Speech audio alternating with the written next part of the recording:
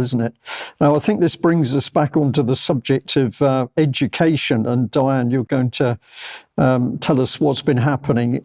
Big protest in Holyrood up in Scotland. What's actually been happening?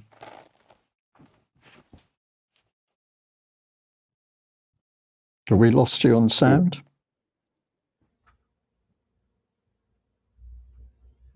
Or have we lost you altogether? Are you there, Diane? I still can't hear you. We're having a few little issues today. Hello. Yes, you're here. Well done. Okay. Sorry about that. Must have been a blip in the internet. So that is actually that's the slide for the protest at Holyrood. We had a lot of protests going on over here in Edinburgh on Saturday, actually. So for those of you who follow Posey Parker, or Kelly J. Keane is her real name, who speaks for Let Women Speak, we had a Let Women Speak Edinburgh event. And the whole point was for women to be able to come and speak, right? So as we should be able to do. And what actually happened was a lot of the coverage that we saw on Twitter was some of the peaceful part of the women just coming and sharing their thoughts on being an actual woman. Some of it, unfortunately, got really violent, which I think is unfortunate considering what's going on with the hate speech situation here in Scotland with the crime bill that came in the hate crime bill that came in on April Fool's Day. So here's one example of the trans activists saying, "You better use my pronouns, darling, or I'm going to have to make your pronouns was/were." Now that's a death threat. Why that is not hate speech, I don't understand. We have some other ones as well. That you can go on and look at Twitter. If you look at hashtag Let Women Speak Edinburgh, there's a whole bunch of them, some videos that you can look at. But this leads me to what is actually hate speech and what is actually hateful speech. And as someone that comes into the UK column as a librarian, as an academic, one thing that I'm concerned about is why are we giving UK degrees to students who are from other countries who are not necessarily qualified to study in an English-speaking country. And this was an article from last week from the Times Higher Education, which covers this very issue around what's going on, why it's difficult for us as staff, that basically we're doing this for the benefit of the universities to bring in as much money as possible because overseas students pay more money to be at university. And he goes on in this article to say, in the West, we talk about decolonizing the curriculum, but we invariably regard our educative model as superior when we export it to new overseas ventures, meaning that the students that we bring in from other parts of the world are very different from here, and we don't necessarily work as much as we could to make them feel like they are able to complete courses well in the UK. And he calls us colonizers. We force students who come to the UK at their own will to spend their own money as colonizers. So we are now colonizing these students coming here who want one of the best educations that they can get. And we force them and the students and apparently the academics that we hire from other countries to teach and learn in English, inviting miscommunication. Now, in my opinion, they're here because we have a great reputation in the UK and the US for having amazing education opportunities. So I am a member of the editorial team of the Scottish Union for Education, and you can read my full article on decolonization if you go back to our newsletter from January. And a lot of people want to know, what is decolonization? What exactly does that mean? So it operates on the belief that everyone who is not white is disadvantaged because they are not white, imitating Hamza Yusuf, white. That white people violently colonize non-white societies and force them to become westernized, and that white people, the colonizers, are the oppressors or the settlers, and non-white people are the oppressed.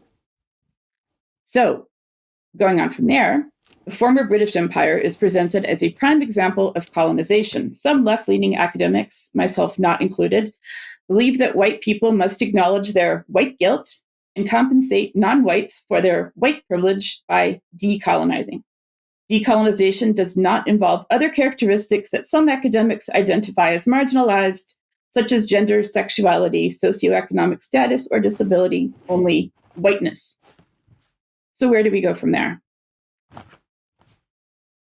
So here's a short video from the UK education, the Students' Union for Education, talking about decolonization. And I apologize in advance. I should have a trigger warning on this video, but please go ahead. Hi, what are you looking for? I'm looking for a library that teaches me about decolonization, gives me resources to learn, and connects me with other keen campaigners. You may not find that here, but I know a place.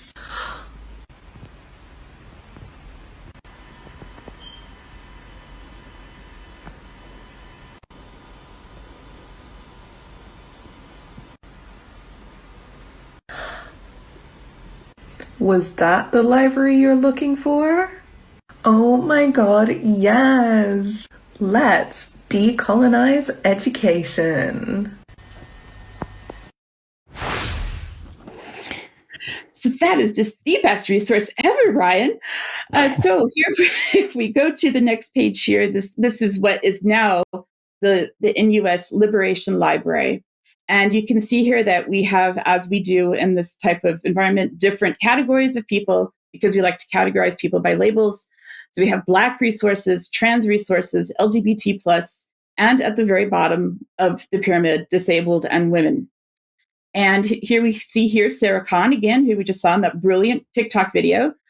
If anybody knows what this means, please let me know, because I have studied decolonization. I still don't know what this means. Divestment campaigns are a way of showing our institutions that we are not fooled by their co-option of the term decolonize. We say no to their material complicity in colonial violence. So if you read James Lindsay's work on New Discourses, he talks about decolonization being violent. But let's look at what decolonization means to professional librarians. This is from the University of Liverpool Libraries.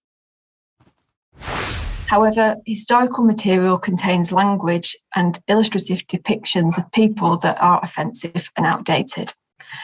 These instances may be racist, homophobic, sexist, or ableist, and more broadly, a significant part of the systematic marginalisation of people throughout history. Therefore, the archivists at the University of Liverpool are currently working to identify offensive or outdated language that is used within the metadata on the dedicated archives catalogue. So that was from a 1 hour long webinar on the issue how to decolonize the library catalog at the University of Liverpool. So here's the example that she follows that with. We have an article or an item called Chinese paintings from the archives. The original term was costumes, male and female Chinese costumes. So that was offensive. So we changed it to, big reveal here, traditional dress, which is less offensive or not offensive compared to the word costumes. And we include a note at the bottom explaining that it has been edited to remove historic information and or terminology that is offensive and or outdated. So that is what's being considered offensive or non-offensive under the rules of decolonization in universities. However, also in the library profession, we have the Rainbow Book List, which is not offensive. In fact, it is highly promoted.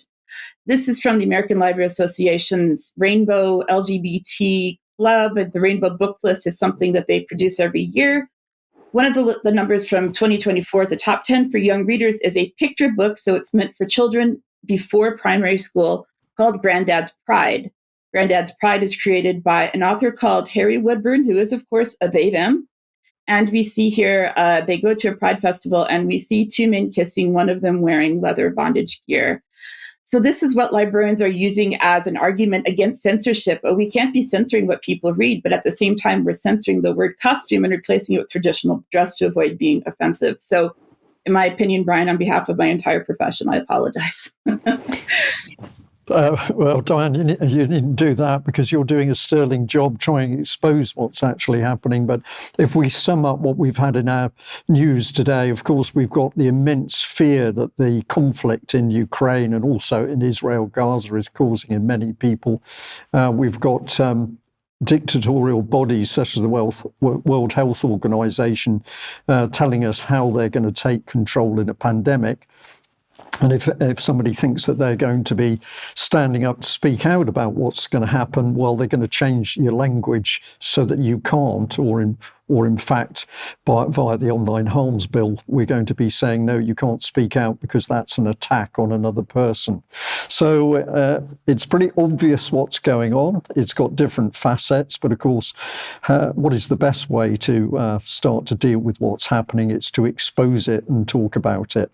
We're going to have to end the news there. We did have some other material, but I'm going to keep that for another day.